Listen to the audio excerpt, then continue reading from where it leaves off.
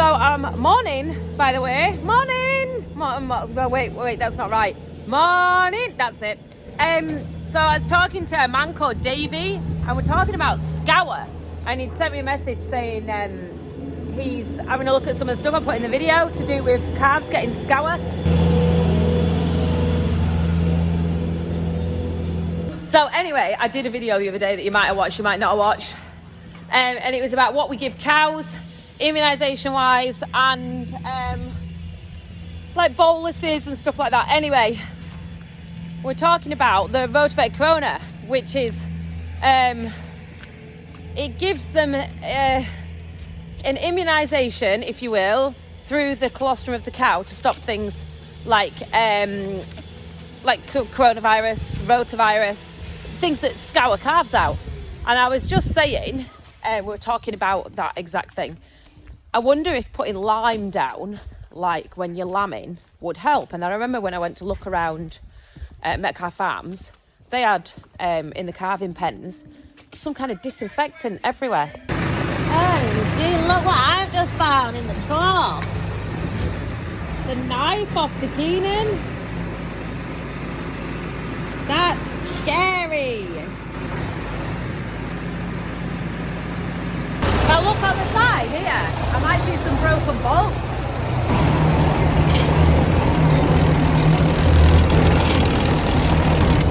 So yesterday, just before I was filling the feeder, I heard something banging and clattering, and Roy was like, oh, it'll just be a rough bit of silage. And then we were both talking when we were doing the pipe on the bobcat, and we did hear a right clatter up, but we couldn't see anything. It was obviously that. Oh, great. Nope, couldn't find any loose bolts. So I've just let the stores through, and I've given them some barley on top of their silage, and I'm just waiting till they finished eating, because her there, look at her. She literally climbs in the trough to eat their barley and pushes everyone out of the way. She's going to end up snapping the strap. So I'm just going to give them a minute to eat up. And I'm not letting these guys through because they push all the silage over onto the floor. So yeah, everyone's waiting for them to finish their barley. Stores. You're making a scrow around here, aren't you? But as long as you're happy and as long as you're fed, eh? Is that tasty? Do you think you've got an addiction?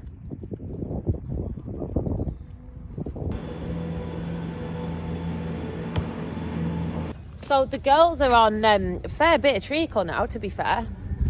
And it seems everyone seems to be thriving. No one's too fat. So obviously, because I'm such a top shepherdess, my tups escaped out of the stables where I put them, and they wanted back in the field with the girls. So I know that's not what you're meant to do, but I'm doing it. They're happy. These boys are happy, aren't you? They just didn't like the frost. They were no good with the frost at all. Hello. So that's the main reason why I brought them in, to be fair. And this big little lad here got a bit of like rain scald on his face when it was frosty. So he was definitely better off inside. Naughty little escapees. He literally thinks it's a 4x4. Loser Cruiser to the rescue!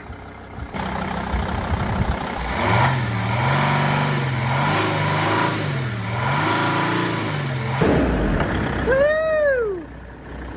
Does anyone remember yesterday when me and Ro were frantically looking for ratchet straps to put the bales on with?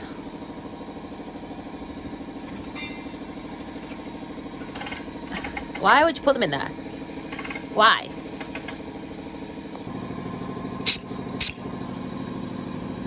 So we've just come to Cracky to get done up here because we're going to set off and take this hay. I'm going to stick you up here so you can just have a little watch because I'm not quite sure how much footage I'll get of like the journey or when I get there, because you don't want to be rude, do you? Do you know what I mean? I'm always quite aware of sticking my phone in someone's face. It's all right when it's me and Roy, because we're fair used to it and we enjoy it, but well, obviously he doesn't, but he doesn't get a choice. But you don't want to do it to someone you don't know. So you might see this, you might not. You were never a winner, you were born to lose. You were drunk on the wine and we were missing you. I've never seen anything more yopple in all my life. I love it.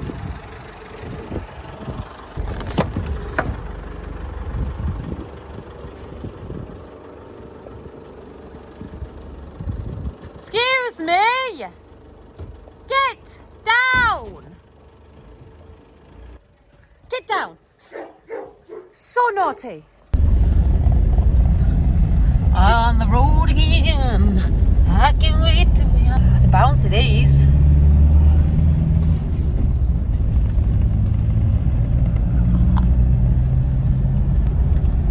Posh people have travel mugs.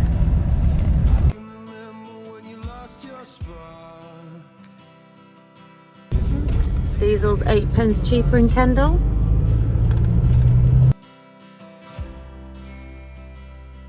So do you let it out or do you let it go? Do you do what you want? Well, you never know. Roy says we're not allowed to stop at Owl's Butty Box. Owl's hot food. I was a bit peckish personally. This is so cute. What do you think it was?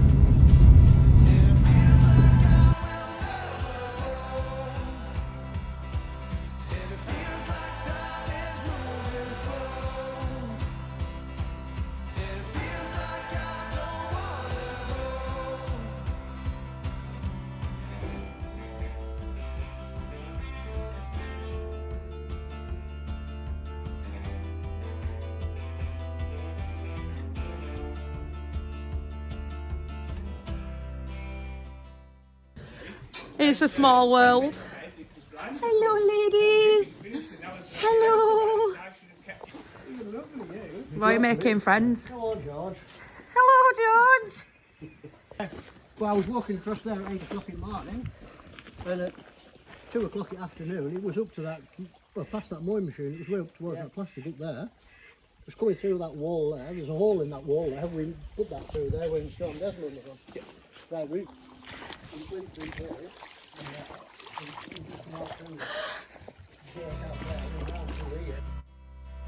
And now you're feeling older, can you be like them?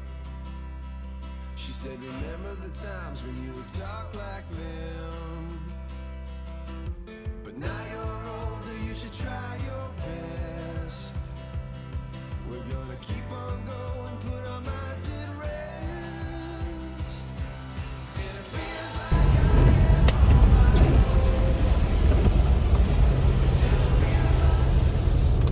No wonder there's loads of lakes around here. It's always raining. So we're just on our way back now. As you can hear, it is tipping it down.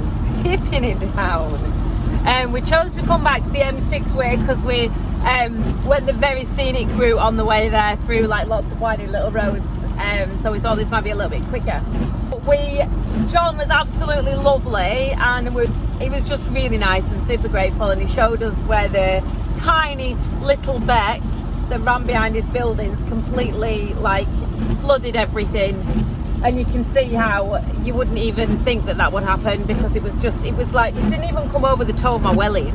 John has some land at the bottom of where Grisdale Forest is, and in the distance you could see it, and he said in the past obviously all the trees lined all of the hills and everything was fine, and then they've come and chopped them all down, and the water literally runs into all of the tracks that they've made and makes a complete torrent and comes down the valley and floods everything in the bottom. The trees would they'd hold thousands and thousands of gallons of water. Just, you know, the trees drink the water, they hold it on the branches, they just hold the water back, and then they obviously let it down a lot slower. It's just running off 1,000 miles an hour now, and no one seems to be able to do anything about it. So that is one of the main issues in that area at the moment.